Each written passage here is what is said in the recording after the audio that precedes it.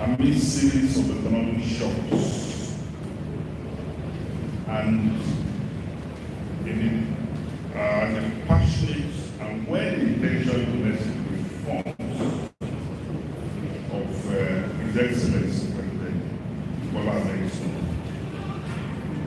The challenges facing the economy have resulted in sluggish and inconsistent growth and lack of inclusive development. The lack of a robust and inclusive growth is also responsible for the high and increasing poverty, unemployment, and inequality rates, despite the commendable increase in GDP. This is synonymous to the popular saying of growth without development. So what I try to do in this paper, in this presentation, is to examine, one, the current trajectory of the Nigerian economy. In doing that, I try to present the situation analysis of the key sectors and analyze the key issues that undermine the attainment of a robust and inclusive economic growth. I'll try and conclude by providing some recommendations that will straddle not just economic policy, but also governance and institutional issues. In terms of overview of the current macroeconomic challenges, a growing economy generally provides the government with a large revenue base, enabling increased spending capacity, and also create social and economic opportunities for the population. However, the Nigerian economy in recent years, especially up until 2023, and to significant extent presently, have faced serious domestic and external pressures. Rising from the adverse cash effects of the management of COVID-19, real GDP growth was 3.40% in 2021, but has consistently declined since then. Real GDP was 3.1 in 2022 before falling to 22.74 in 2023, according to MBS. While the removal of fuel subsidy significantly avails the government significant fiscal latitude to spend, it is expected that the productive sectors will be prioritized to drive sustainable growth and stability. While the economy shows signs of resilience in the face of increased government spending because of fiscal gain from subsidy removal, rising inflation rate has the potential to impact on GDP growth adversely. In terms of exchange rate, and we are talking to macroeconomic indices, the Nigerian economy has experienced volatile and fluctuating exchange rates since the deregulation of the exchange rate market in 2023.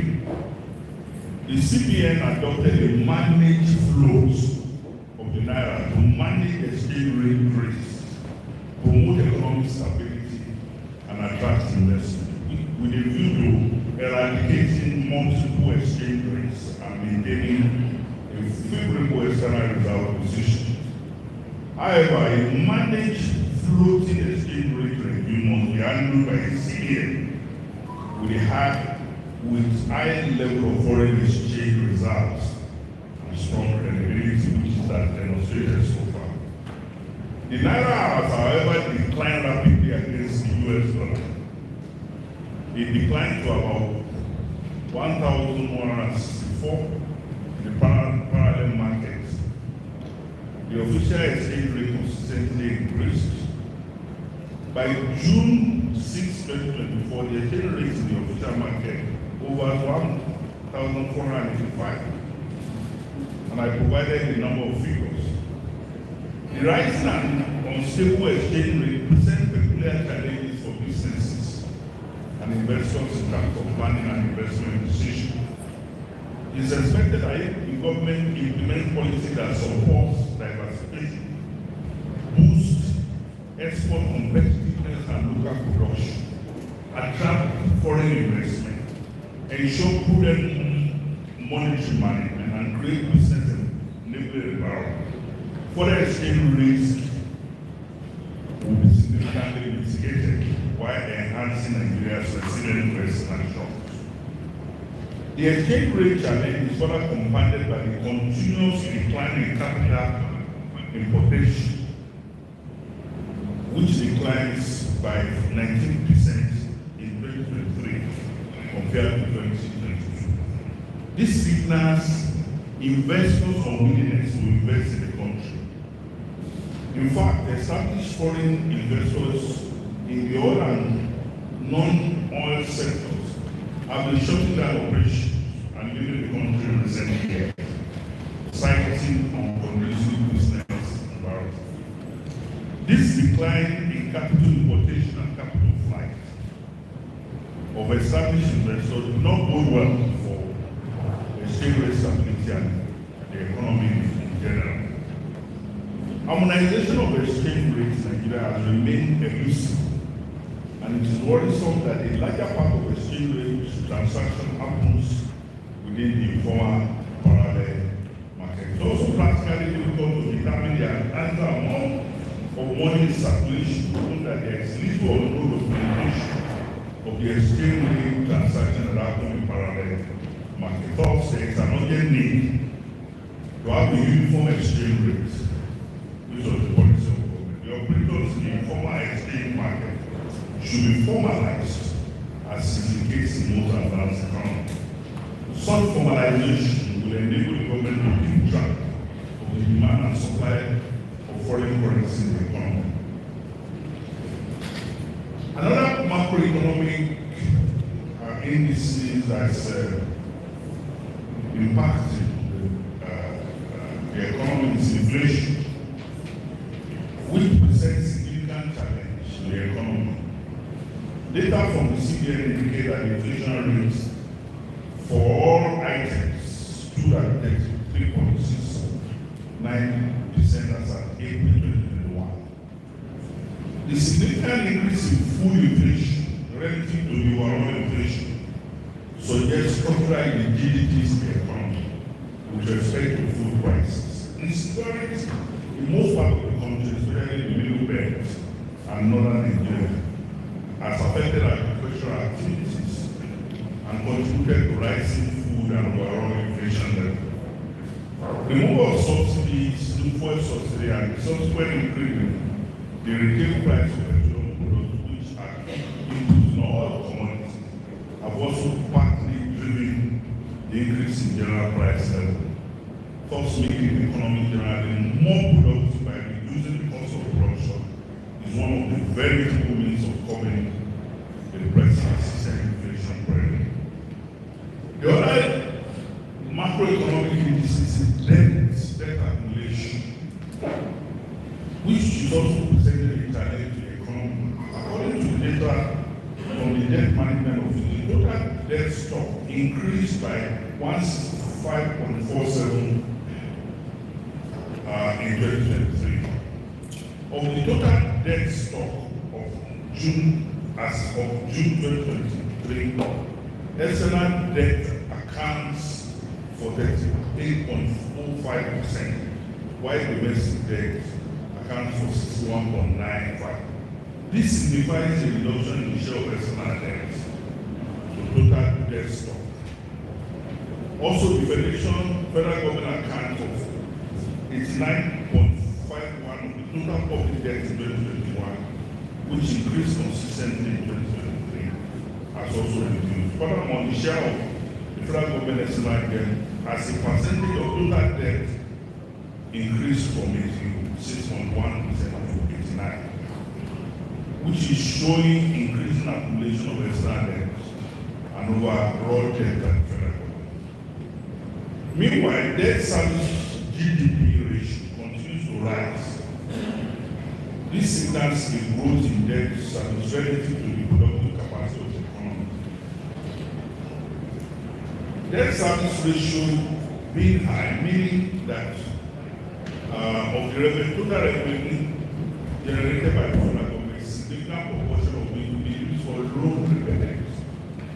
This also has implications for the allocation of government funding in critical sectors of the economy. In addition to the slow and sluggish GDP growth, Nigeria's economy is also facing serious challenges of high hunger, poverty, unemployment, and inequality rates. We are almost at the point in 2022 getting to the point where the Lazarus rich man complex was becoming almost irresolvable, and a situation where less than 2-3% of Nigerians hold over 90% of Nigerian assets. According to the Global Hunger Index, Nigeria has a score of 27.9 out of 100, with variation across states. The World Poverty Clock also designates Nigeria as the poverty capital of the world, with about 71 million Nigerians living in extreme poverty. The significant increase in food prices has implications for food insecurity and poverty, canceling efforts to achieve the Sustainable Development Goals 1 and 2. The next macroeconomic factor is the high unemployment rate, which is also a reflection of the sluggish and non-inclusive economic growth.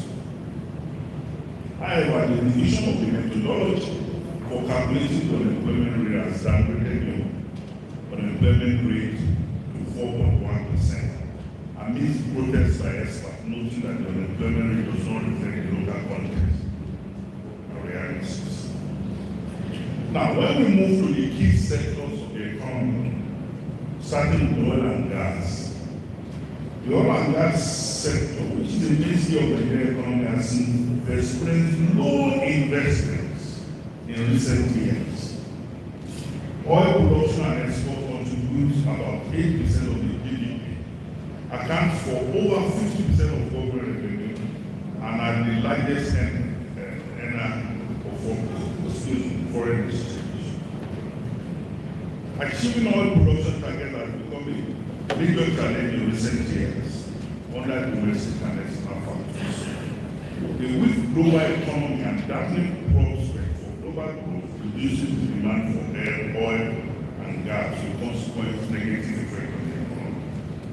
The oil sector has also been beset by domestic issues such as incessant and unabating oil theft, infrastructure impediments, low investment, regular turnaround maintenance, and unattractive fiscal framework.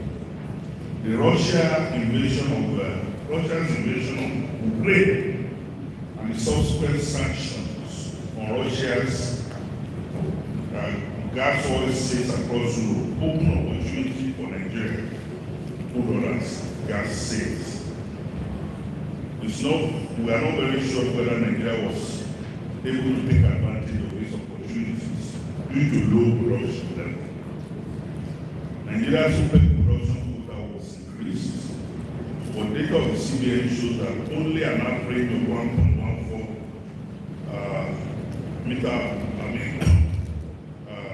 per barrel of crude oil was produced, citing favorable fiscal regime and high cost of doing business. Several international companies are increasingly divest from the Nigerian oil sector. The volatility in oil prices present macroeconomic challenges, with consequences for exchange rate fluctuation and government revenue predictability. Furthermore, growing concern about the impact of climate change and the energy transition may negatively impact the economy. India, which is the largest buyer of Nigerian crude, have set ambitious electric vehicle targets, which if met will reduce significantly the demand of oil from Nigeria. If we move to the agricultural sector, which is the key and mainstay of the Nigerian economy, It currently contributes about 3% of GDP and employs over 60% of labor. The sector is also important for food security and elimination of poverty and hunger in line with sustainable development goals. However, the performance of the agricultural sector in recent years has been suboptimal, and there is a widening gap between food demand and supply. Food imports account for about 7% of total imports in 2022, imposing pressure on foreign exchange and exposing the country's food system to external shock. Like I have said before, the effects of the Russia-Ukraine war on food supply and prices are prime example of the dangers of our dependence on imported food supply, subjecting Nigeria to high food prices, hunger, and poverty. I move to the solid mineral and mining. The mining sector is an important sector and key to the diversification, economic diversification of the country, of the economy. But despite the abundance of and vast mineral wealth in Nigeria, the mining sector, including oil and gas, currently contributes 6.74% to the GDP. But the crude oil and natural gas subsector accounts for 5.92% of the contribution of the entire mining sector. This is a sharp contrast to the contribution of mining in economies of other African countries, such as South Africa, where the mining sector contributes 18%, DRC, where the mining sector contributes 25%, and Botswana, where the mining sector contributes 14%. If properly supported and managed, the mining sector has the potential to transform into economic growth, revenue generation, job creation, foreign exchange, and industrialization and sustainable development. The potential of the sector as an engine of growth and industrialization are getting recognized and are well articulated in the medium-term National Development Plan and the Nigerian Agenda 2025. The key challenges facing the mining sector include inadequate investments and funding, illegal mining, lack of support to artisanal and small miners, limited technology, shortage of local expertise and capacity, poor or unavailable mining data, weak regulatory framework, lack of adequate mining infrastructure, and lack of value addition through vertical and horizontal integration. Efforts to support the development of the sector and enhance its contribution to the robust economy should focus on enabling the private sector to participate in the sector fully and effectively, and that has a whole lot of legal and institutional implications. Construction of solid mineral processing plant to engender the development of the entire value chain and boost the outlook of the sector should be prioritized. Meanwhile, targeted policy and intervention may also be put in place to prioritize minerals that are essential to the industrialization and infrastructural development agenda of the government, such as bitumen, iron ore, zinc, gold, limestone, revitalization of agricultural scale companies through outright privatization or public-private partnership may also be considered to facilitate investment and attract funding to these key national projects. My second to the last sector will be power sector. The challenge of the power sector long undermined the potential of the Nigerian economy. An electricity access rate of about 50% is a misnomer when put in proper perspective of the size of the economy and the primary energy resources. Nigeria currently generates about 4,000 to 5,000 megawatts of electricity for a population of close to 250 million, resulting in one of the lowest generation per capita in the world. This inevitably results in irregular and unreliable power supply, which is a attendant effect on economic growth and industrialization. The important linkage between the power sector and economic goals makes the sector a key priority intervention area, and government is being involved. Amidst the challenges facing the sector, reform to encourage private sector investment and finance to the entire sector value chain are essential. Moreover, adequate financial investment in transmission network is required given the incessant grid collapses. Besides, investment in the energy transition in the power sector is also taking shape as numerous renewable energy projects are sponsored by the government and the private sector there. The strategic investment in the sector may take advantage of the effect of Russia-Ukraine crisis on the global economic market and address key challenges undermining oil production in Nigeria, such as insecurity, vandalism, oil theft, turnaround maintenance, monitoring infrastructure, and exit of international oil market. The last sector that I'd like to look at is the security sector. I must touch on. The country has faced severe threat to its internal and external security in the past year.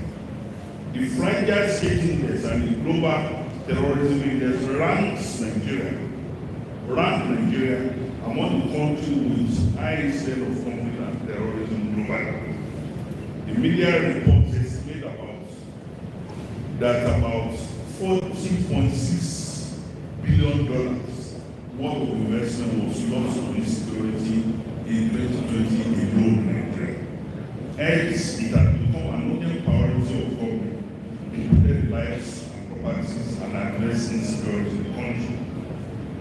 Despite increased budget allocation to the sector in recent years, the insecurity situation in the country has not abated, raising questions about the effective and efficient use of resources and effectiveness of the strategy being adopted to address the challenge. Some of the challenges to be taken against the sector includes inadequate funding or inefficient utilization of available funds, low security personnel population ratio, poor security personnel citizen relations, and lack of proper coordination among the security agencies among others. In the light of the adverse effect of this security situation in the economy, it is pertinent that the oversight of the activities of the sector be enhanced, especially with respect to the adequacy and welfare of security personnel and procurement of arms and ammunition. Manufacturing sector is essential and key. The manufacturing sector contributes about 10% of the GDP and provides direct and indirect employment to millions in Nigeria. The sector is also crucial for structural transformation and diversification of the economy. However, the sector is beset by various challenges, such as the effect of fuel subsidy removal, poor infrastructure, liberalization of exchange rate, over-dependence on foreign raw materials, high inflation rate, uncontrolled exposure to foreign competition, and high cost of doing business.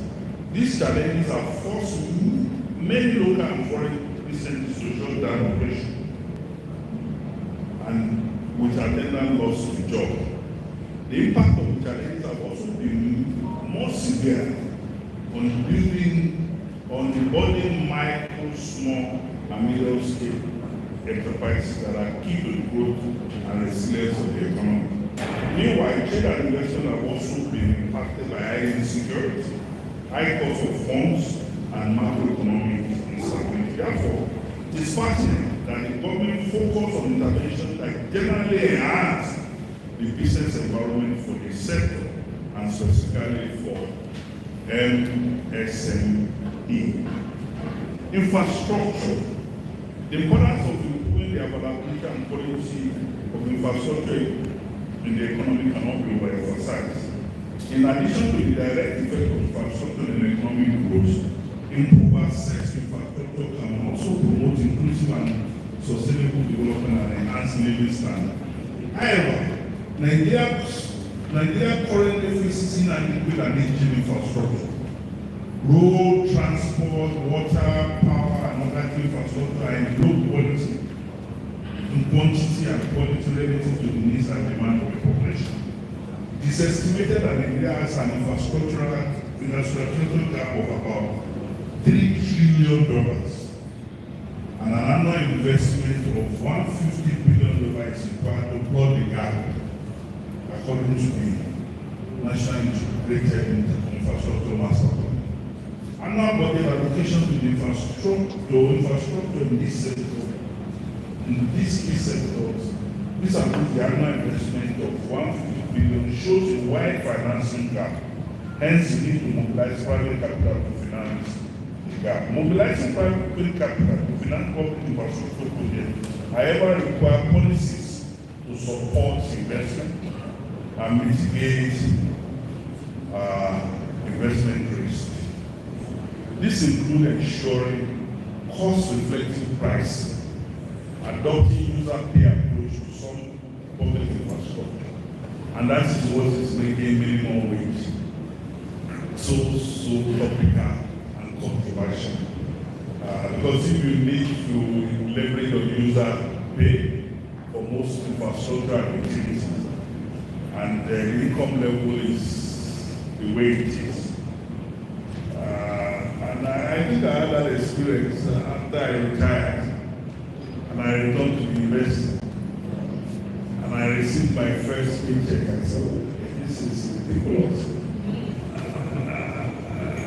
And when I moved to the National Institute for Policy and Strategic Studies, when I was attracted, I was told that I was going to be given the peak level of professor. And when they paid for 1 month job, I almost wanted to donate it to the institute. It was maddening and shocking. You can't get much from thinkers in that level of research. But unfortunately, the economy has to pick up before it can pay. By way of recommendation, just some recommendations before I conclude. Nigeria economy, like I've said so far, is facing a turbulent season of slow growth, high inflation rate, high cost of living, and increasing poverty. The economic growth recorded in the past few years have not been increasing, and it's not sufficient to drag millions of Nigerians out of poverty. The GDP growth is unstable, reflecting the effect of domestic and external shocks. The economy has also grown side by side with high unemployment and inequality rates. In fact, the developmental gains made in the previous decade have been eroded, as reflected by the rising food insecurity and poverty rate. Thus, to achieve inclusive and sustainable development, the government needs to address the identified challenges facing the economy and implement interventions that target economic resilience and promote people-focused developments. Some of these recommendations for achieving an inclusive and sustainable development will include: 1, strong macroeconomic management. Achieving a robust and inclusive economic growth requires appropriate and sound management of the economy. This implies, among other things, a coherence between monetary and fiscal policies, as well as the alignment of these policies with strategies to support the development of the real sector. The peculiarity of the economy as a resource-dependent economy, amidst the volatility of resource prices, makes an adequate management of the economy a key prerequisite for a robust and inclusive economic growth. Number 2, to achieve inclusive sustainable development, it's only common sense that Nigeria should move from being monocultural to a diversification of the production and export base of the economy. To achieve this, Nigeria needs to move away from over-reliance on oil and gas and promote the development of the non-oil sector. Over-reliance of the economy on oil and oil production and export should get the economy to external exogenous shocks with major effects on macroeconomic strategies. Also, the growth of the oil and gas sector is capital intensive, such that And you know, a capital intensive sector like oil and gas hardly create jobs. Thus, building a robust economy for Nigeria requires that other sectors of the economy are prioritized and pull their weight for economic growth and job creation. Infrastructural development will be very key. The lack of basic infrastructure such as power, transportation, water, and telecommunication, and so on, has significantly impeded the attainment of the development potential of the Nigerian economy.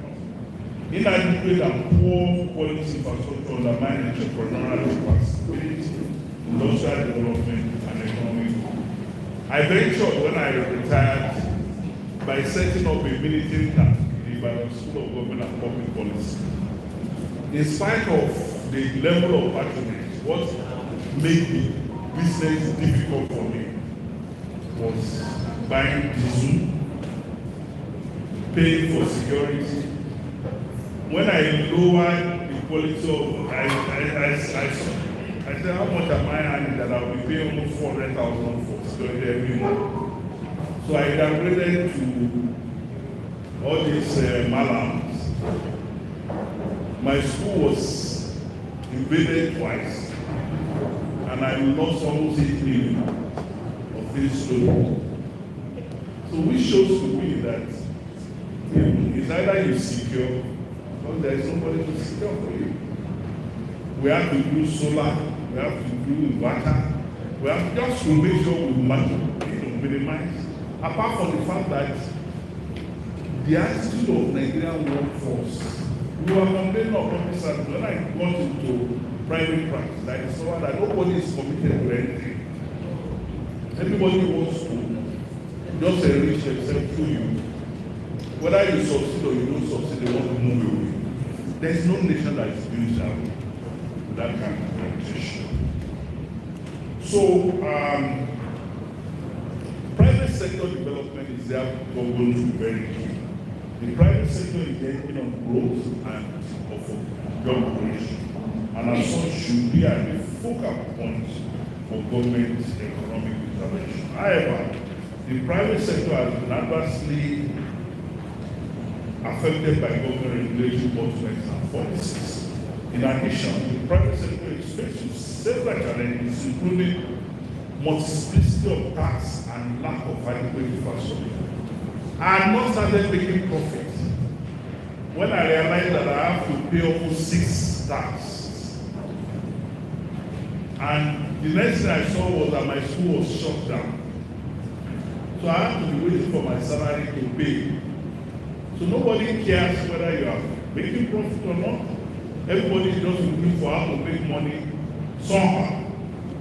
Now, the recent regulation of the exchange rate market has also compounded the challenges with the private sector. Hence, the government needs to create a conducive environment for private sector to flourish. This can be in the form of tax rebates and streamlining of the taxes, reduction in regulatory benefit, promotion of relevant infrastructure. You know, by the time I started trying to overcome the tax issue, I discovered that those that were making money have a way of cutting corners. But those of us that are struggling, you have no way to escape. So meaning that the attitude of regulators is that you should die if you cannot survive, which is very, very negative.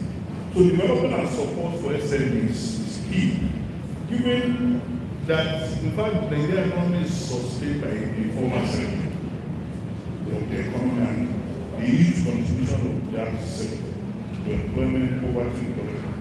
Government should also focus on key intervention to support the informal sector, particularly the government can facilitate development of SME by providing loans and credit facilities, cash transfers. A lot of these are hijacked, unfortunately. And I think people just see government, transfers as a roof. And so the regulation is also very weak. Accompanying this measure, the government can also facilitate the formalization of the formal SME by creating a simple registration and formalization process. We need to earmark borrowed funds. We cannot escape from borrowing and further indebtedness.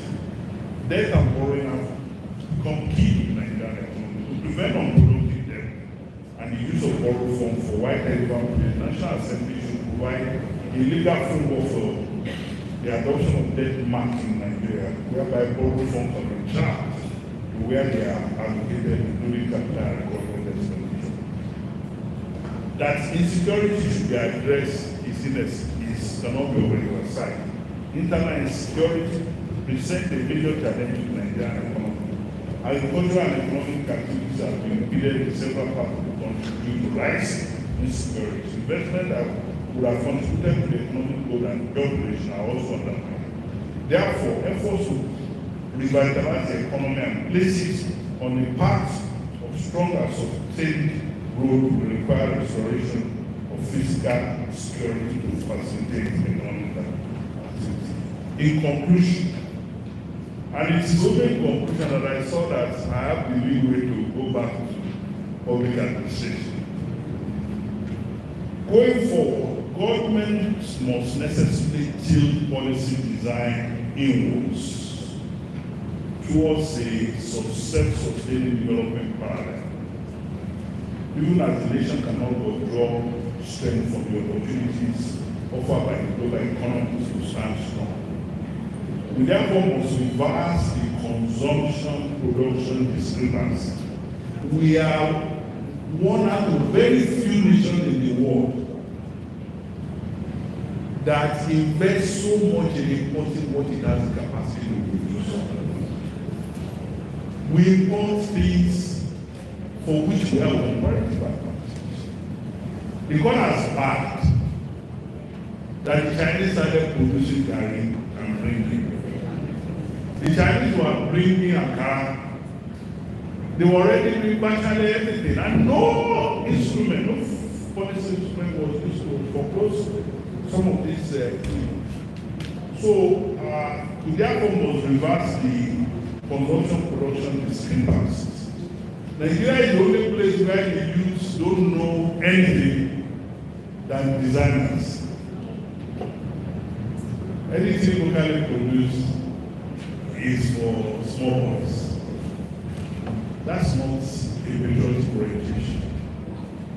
India under Pandit-Nehru, from Pandit-Nehru to date, Pandit-Nehru was the one that came up with the notion that if the Indians cannot produce sari, which as an 1948 were imported, he said India should go naked. I had been in India for over 2 times. The Prime Minister or the Minister writes in Indian produced cars. That's the starting point of industrialization. So if you cannot patronize what you produce, you can never encourage people to produce. And you will never be able to alter your balance of payment. And you will never be globally competitive. But it's not going to be done by letting the youth, and that is what is happening now. What is happening now is people are complaining because they stop dumping of any goods, which makes it so cheap to bring to the market. It's difficult to sustain. The other thing that is worrisome for me is that Nigerians, I am trying to find a parallel. Nigerians are one of the most wasteful people in the world. It's only in Nigeria, there are some of my cousins, some of them cannot afford 3 square feet, they can't maintain their car. They want to bury their father, they will close down streets. I don't know what they are impressing.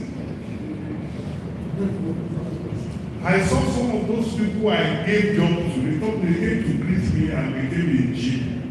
I said, and he said, I don't get cheap. I said, what is the problem? He said, no, it's God. I said, which God? I said, you better go back to this same God to borrow you bread. And as if I was predicting, within 2 years, it was going what record? And he got back to his normal level. I think he just got one business and he started using it. I said, is this the way you think in Nigeria? Everybody just wants to show off. It is only Nigeria that an average person walk with the aim of celebrating birthday, wedding, every day we celebrate. Even we celebrate admission. When you graduate, they throw party. The money they should use to start something, they will use in the present. That was why I think the government saw this madness about throwing money. You know, spraying. At the end of the day, if you see these people spraying money, it's either they are Yahoo or they are, it's just a nation that has gone mad. We just do stuff that are just for reason. And unless there is a value orientation to bring us back to normal, there is no young man that within 5 years builds a house, I can tell that he will crash. Because that's not the natural order. Unfortunately, the churches have capitalized on it. They have started miracle mentality and prosperity theology. Somebody wanted to lay hand on me one day, said that God said I will be a good. I said, hold your prayer. What's the problem? Most of these things, I was groomed, I grew up in a home where I was taught the Bible. So you don't deceive me with all this stuff. So all of these things are what is adding up to compound our predicament. An average person, instead of learning skill, learning what to do to be profitable, will be sitting down fasting. I'm not saying I'm a Christian, I'm a practicing one. I love God. There's something I think that God has not given me. But that's not the way I pray. Somebody was saying he saw that I was born and said, I pray for what? What do I want to do with it? To have an estate when I die, my children will fight themselves. What's all this madness about finding death and those who play? In the midst of poverty,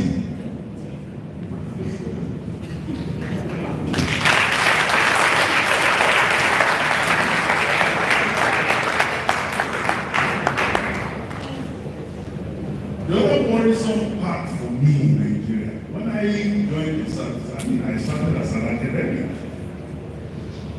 The rest of that. For something I got married, I was a brother and sister, I just saw I couldn't raise my family, I couldn't. So I left, did a UN project, joined one of the federal agencies, then became economist of the Guardian in the middle 80s. Then I didn't ask me to be brought to be a speech like that. I was like, simple service. But one thing that struck me when I got the public service, which was the incentive that took me to where I am today, apart from God's grace, is I will be incredible capacity to use talents. When he appointed the likes of Jibril and as Minister of Education, Minister of Health, I said I have to develop my intellectual capacity because I have a future. Unfortunately, over time, Nigeria started working on his head. Nigeria is the only place to go in the world where the best in class are waiting in the waiting room of those that drop out. You go and be begging them so that you can feed and send your children to school. Whichever nation reverses the order of nation can never go. If you go and read the Singapore story from first to start by Lee Kuan Yew went as far in order to develop the tiny Singapore. From kindergarten, they were marking A students. When they get to secondary school, they will go, A and A students will be going on excursion. And they experience experiments showed that they were marrying themselves and they were reproducing 8 people. Nigeria will leave the best and the most distinguished and use the one that great crash in the profession as the head of the agency. It's ridiculous. And those are the kind of things that will give President Tinubu that made it to be fascinated by the government of national competence. The nation must reverse. That is why students today, when I go back to university, it's so ridiculous, even in this. People will come and meet me and start wanting to give me a envelope in order to write. I said, what is your problem? An average student wants to buy their way. It doesn't matter how they get it. Because they know nobody will need their brain anyway. But we must shock them. The future must shock people. If you are not fit, you will not survive. And that's why standing for the Federal Civil Service Commission, you can get crashed through politics into the public service, but performance management will fish you out. And you will be able to make it in that profession. So you need to go back and groom yourself. Because even the Holy Book said if the foundation be destroyed, what will righteousness do?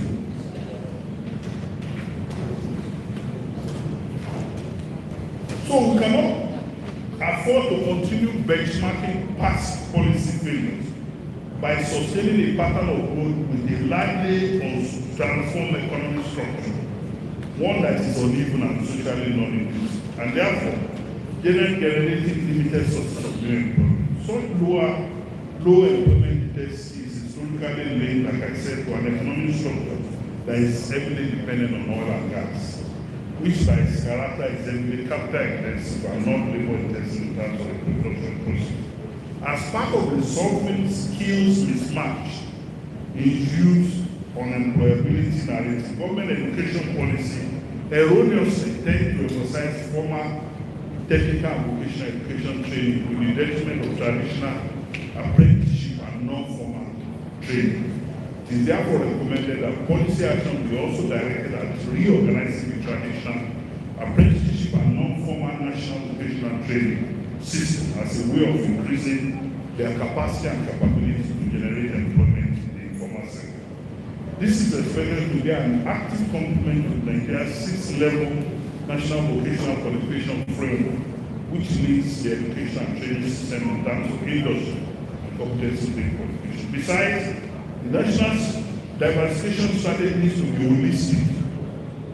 The new agricultural cite one, the new agricultural policy reform must include land reform that gives titles of land to farmers, so they are at once able to gain the economic advantage benefit of holding such titles within the value chain that transform lands to assets. The industrial relations, the so-called labor relations that we are doing, including us, needs to be radically confronted for fundamental recalibration, for it to be development and not continue to serve empty, non-value-added populist political agenda. It must embed shared passion for installing a national productivity paradigm rooted in technical, rational, collective bargaining construct. Current labor activism is in favor of workers' welfare, rise to unreflectively on a something for nothing work orientation, and therefore non-developmental, however well-intentioned. We need to deepen public-private partnership for infrastructural delivery as a game changer. Unfortunately, everybody is talking PPP. When I was on the governing council of 2 years, when they say PPP is when you bring hotel. When you go to the US, the equivalent in country, which is the equivalent of local government, they run airports, international airports, through PPPs. So we need to raise the threshold of our PPP, and in literature there are 3 thresholds for PPP, and we are still locked in less than half of the first, because we are still doing very basic. To be able to optimize PPP, we need to bridge communication gap between the public and the private sector. In Malaysia today and Singapore, in most Asian countries, there is a seamless movement from industry, academics to industry, freely, because they do the same thing. The corporate governance practices is used to manage universities. When you are vice chancellor in the university, you can go around the airline. But here we are stuck, and every civil servant is useless when he retires. So that's not than pushing, understanding these bureaucratic skills. So we need to deepen public service governance group, the lives of the public service group with good governance practices. It's only Lagos State and the other state that can go to the stock exchange and go to New York Stock Exchange to search for money. How can you do infrastructure by waiting for budget? It will never happen. University of Austin in Texas has more resources than some states because they are given the latitude because of the capacity that they have demonstrated to assess funds. Public servants also need commercial skills. All of us need to be skilled, especially in managing the interface of public-private partnership, contractual obligation of our source, lease contracts in amount. I'd like to commend Professor Adeomi for his incredible slides.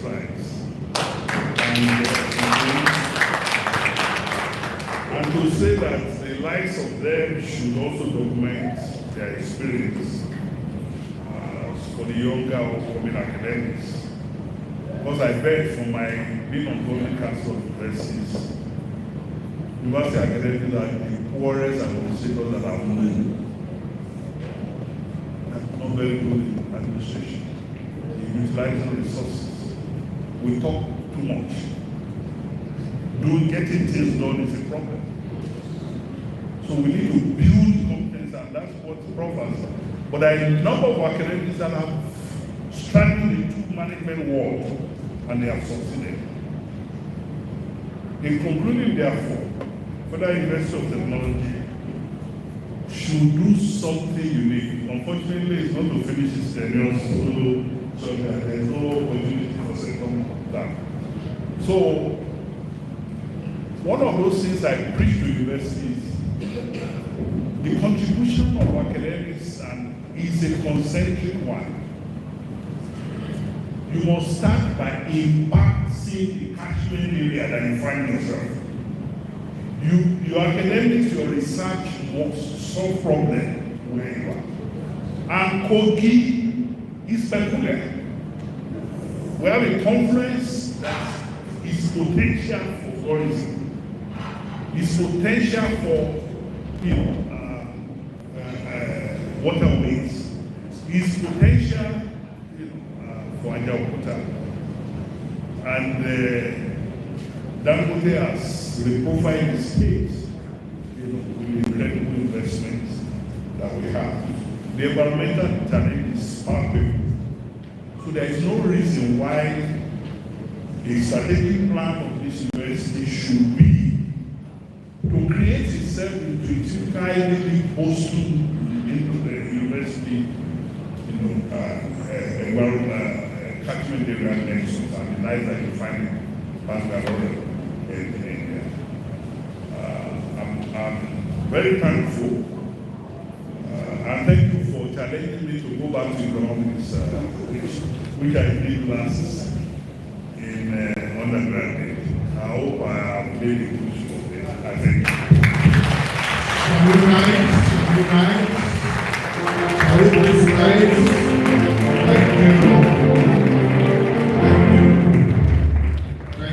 Thank you. Please be seated. Thank you very much.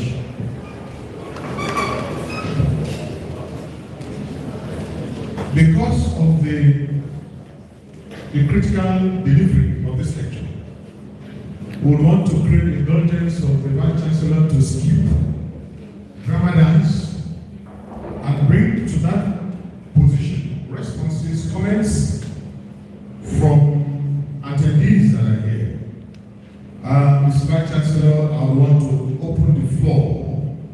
and invite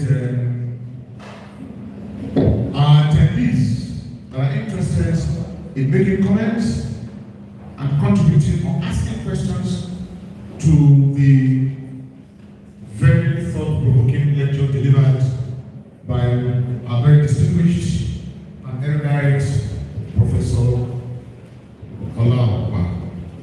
The floor is open. Number one, Dr. Bauer.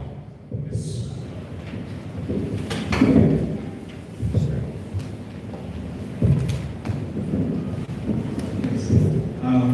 The Vice Chancellor and Professor. My name is Dr. Bauer.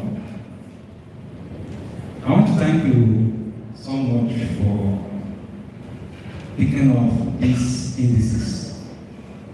You talk on some macro economics and you really observe that our GDP has not been stable. You emphasize on infrastructural developments. And I was waiting keenly to look at, here you see something about tax system. Yes. We discovered that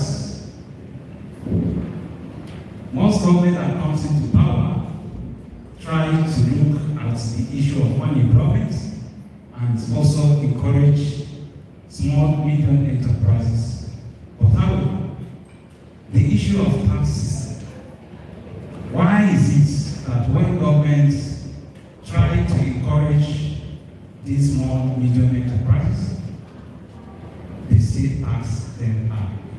But we know why. Thank you so much. Thank you very much. Professor Olabili,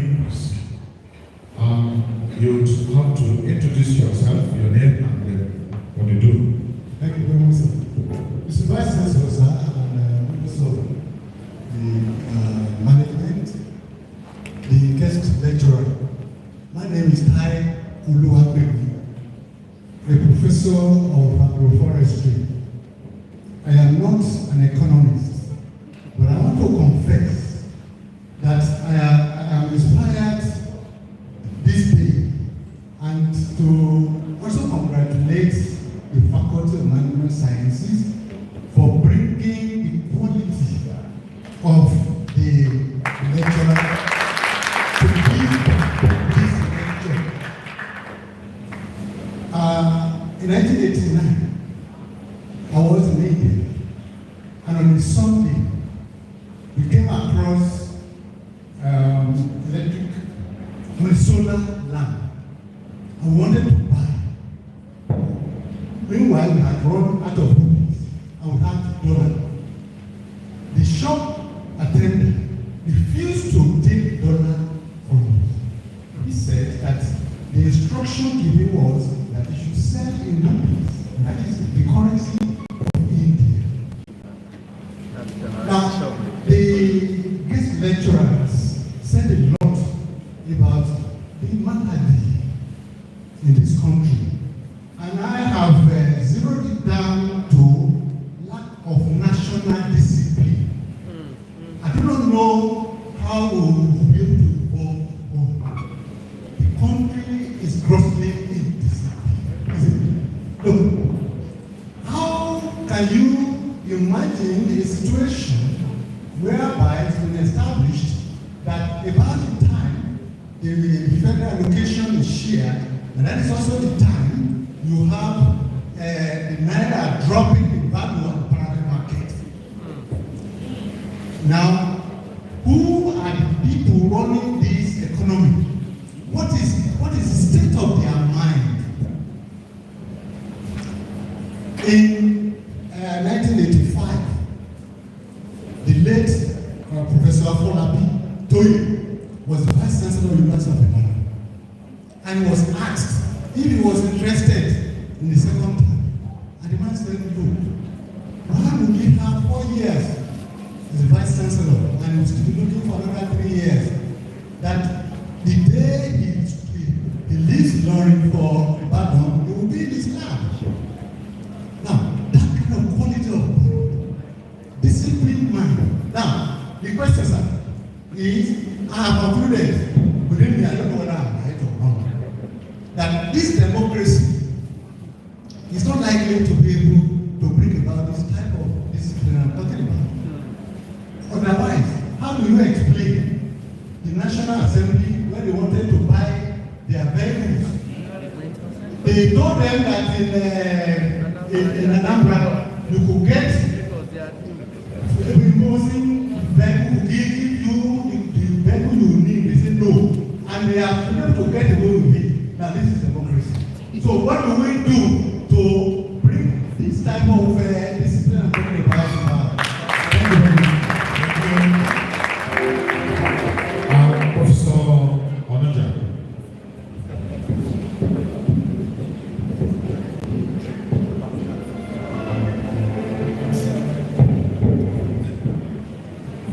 Our guest lecturer, may God Almighty bless you for the quality of the lecture. And during the lecturing, I jot few things down, and I believe that Nigeria, during our time, by your speech today, will experience the effect. I also want to believe that by the grace of God, as you are closer to our brothers in Abuja, this lecture will reach them. Because we have decided to be trying every day and be making noise on the policy of government. One of them is this, their NPR they have just done. In my village, they were having some group of entrepreneurs who accessed a little money from their cooperative to set up business. But I'll tell you, sir, they have been, this government our policy makers, Rotimi is here, one of our HOD economists. I'm sure they were jubilating when they say the economy NPR has been retained or increased by 80%. What has that to do with us?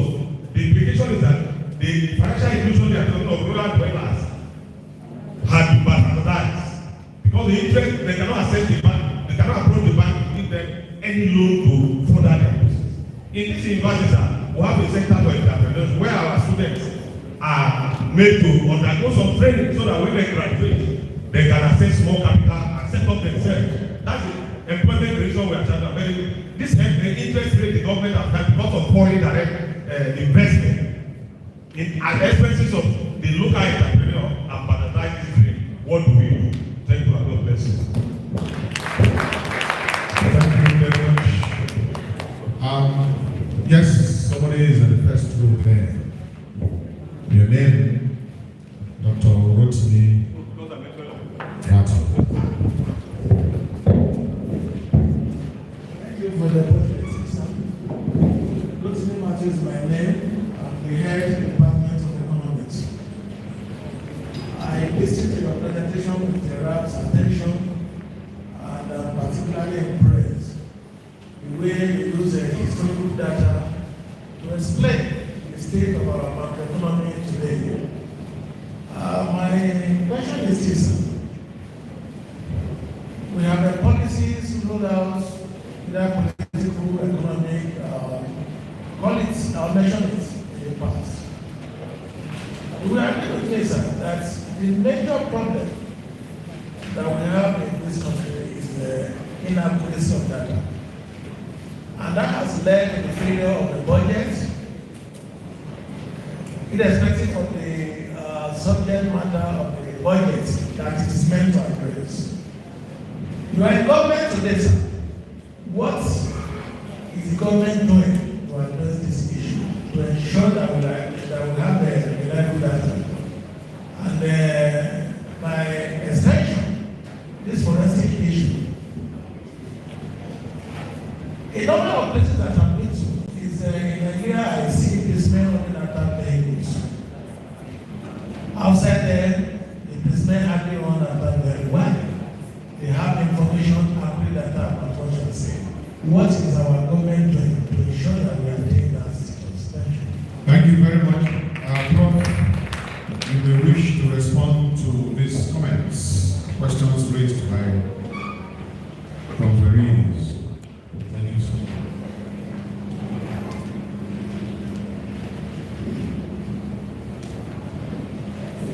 It would have been best to ask the head of the Department of Economics actually to respond to all the questions, but I will.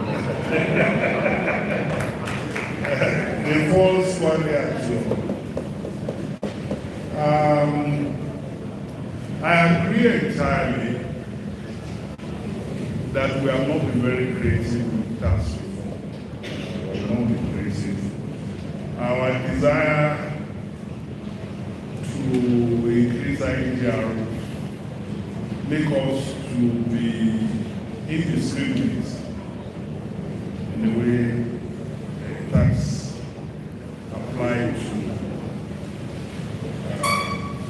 And sincerely, I think during the conference,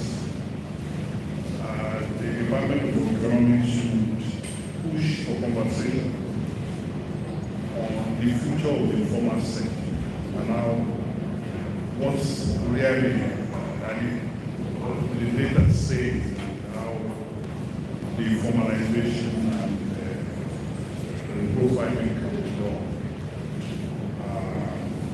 We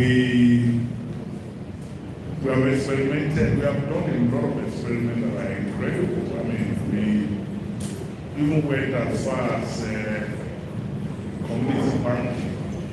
We did a whole lot in terms of, but I'm not sure administrative, and that's the submission by Professor Lokoja. I think a lot has to do with national culture, national discipline and management of some of the policies. I mean, one of the most saddening things that I face wherever I go to give lectures as a former civil servant is answering the question that an accountant general of the federation, when the nation was largely borrowed to survive, and the beer brought to over 150 billion, now we have stolen.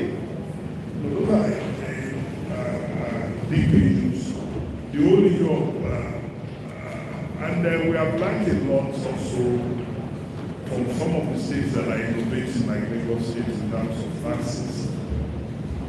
That if people are seeing the evidence of the taxes that are being collected, people will be very honest. So we need to do proper assessment to know the capacity to pay.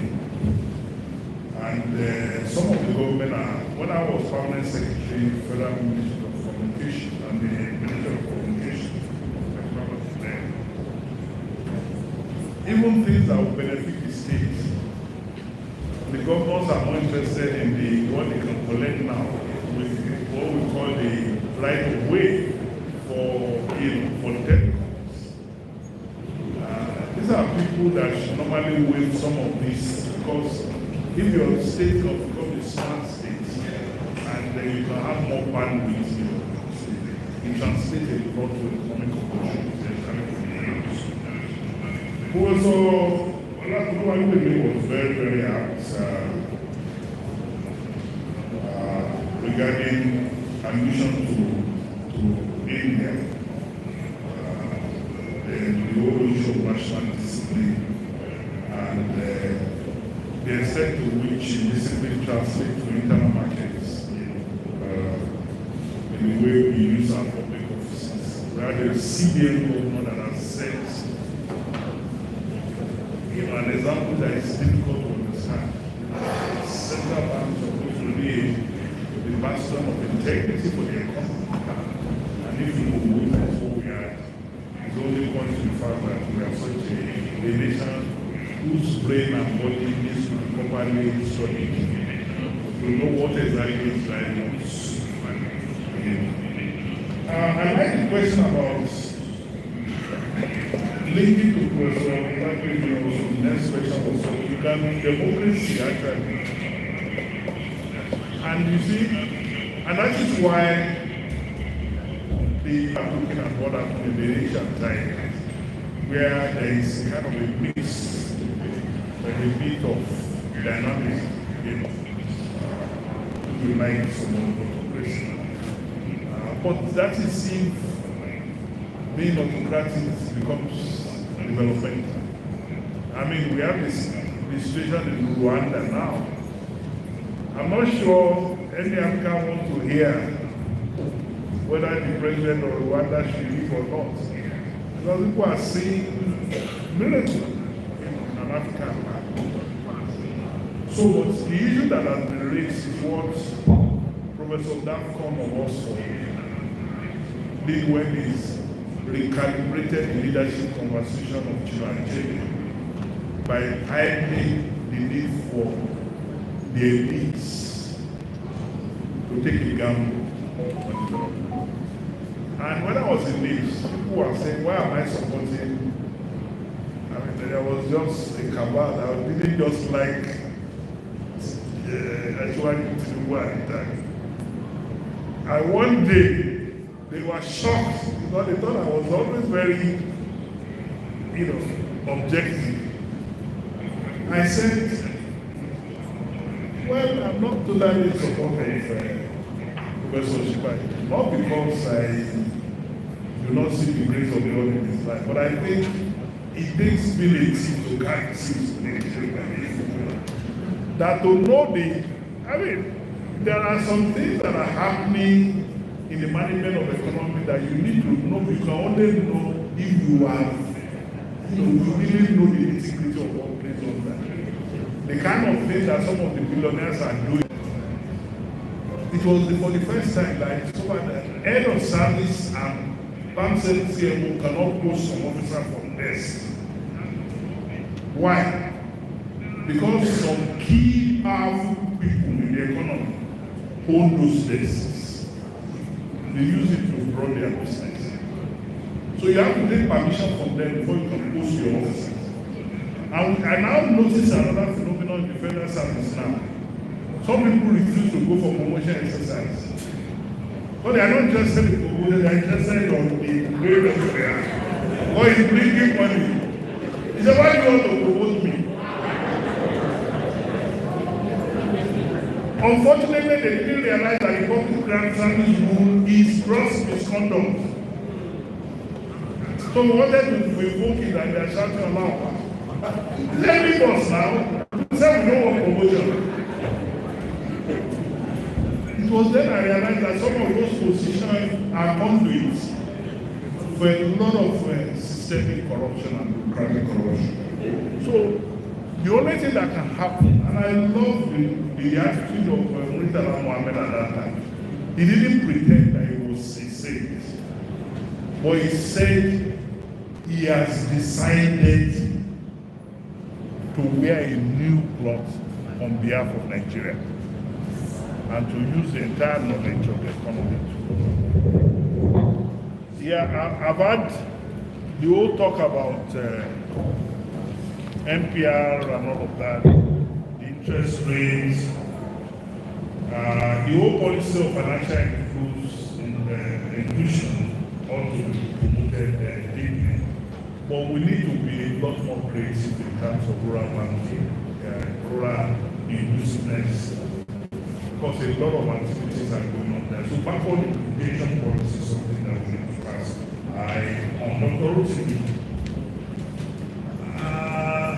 It was only when I became director of programs in 2004, 2005, that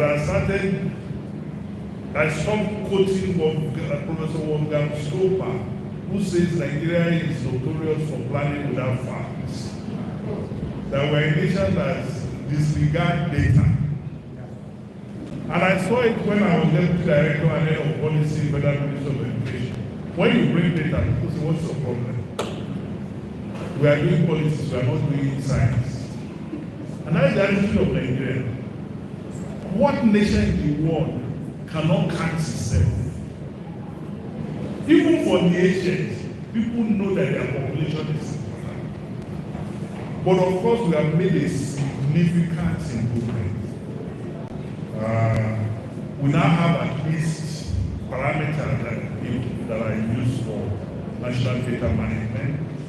We now have a highly professional National Bureau of Statistics. But what I've noticed is that data is still likely centralized. The actions that feed the data have been likely left unreformed.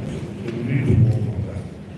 Let me leave this whole conversation because I know that during the paper presentation, a lot of these issues will come back. And I must also not pretend that I would have been more of a master of the conversation if we were discussing political science and political administration. But I thank you also for the opportunity to simply look at official documents. And I am shocked myself that I could still talk so profoundly about economics, which I learned very long time. I thank you.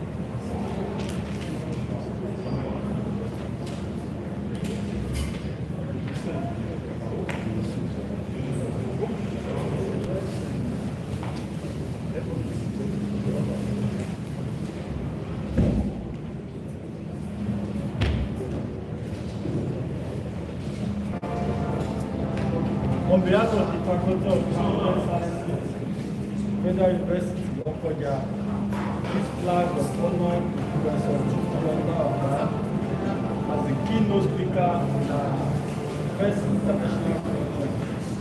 Thank you, sir. You are good.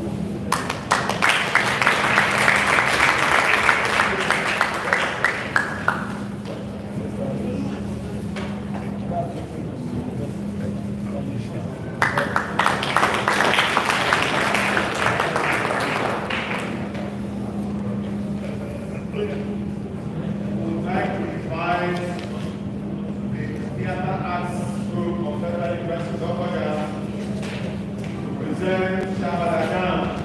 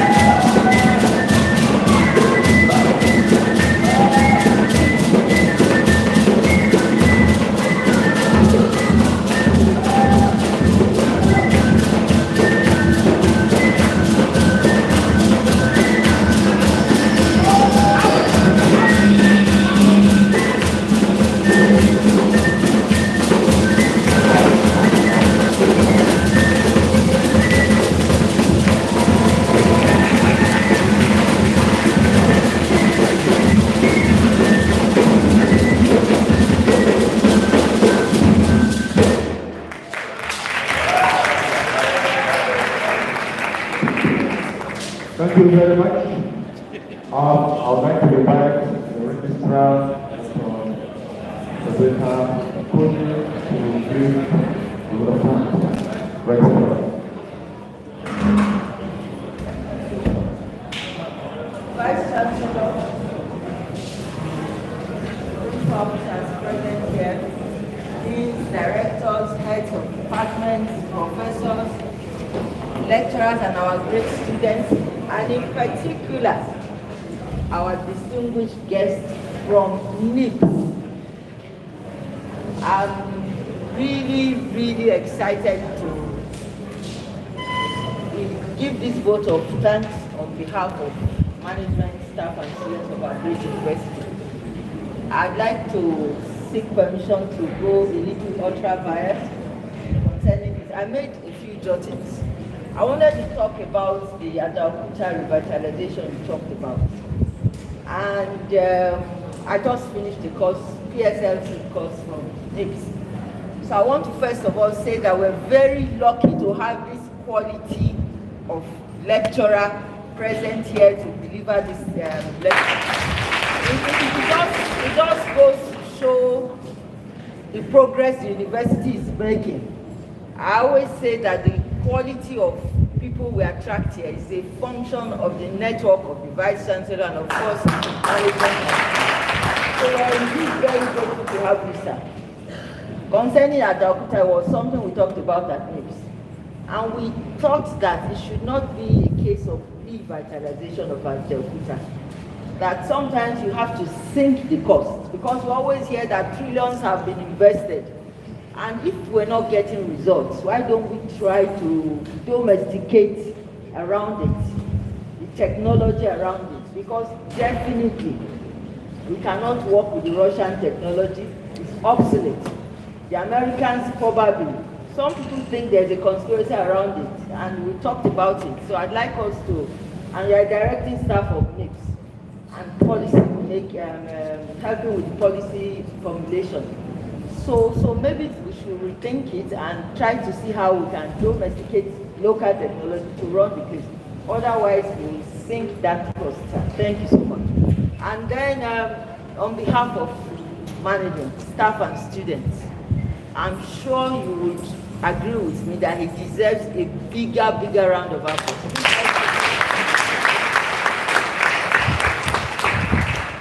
So much, sir. We want to begin by thanking God. Everything ends and starts with Him. So we thank God for making this a success. The conference is just starting. The opening is a huge success. So I expect that the rest of it will be successful. I'd like to thank our Vice Chancellor as always. He supports everything that will bring progress to FUL. Actually, he initiates it. He initiates it and supports it. I'd like to thank principal officers again, our class rep. He always rises up to salvage situations that probably have been a little not interesting. So we thank you, sir. Thank the management of the Faculty of Management Sciences. You are managing very well. We thank your students. And of course, we want to thank our music department. You are doing very well. The LOC for this conference, we wish you very well. I'd like to thank God once again and ask that He takes you back safely to our goodness. Thank you so much. Thank you very much, Madam Registrar. Mr. Vice Chancellor, sir, with your kind permission, we'd like to request that you rise with our guest lecturer to come forward for a group photograph. We'll do that with you. Other principal officers will come back. Okay. The Vice Chancellor is asking that we take the national anthem and the university anthem first.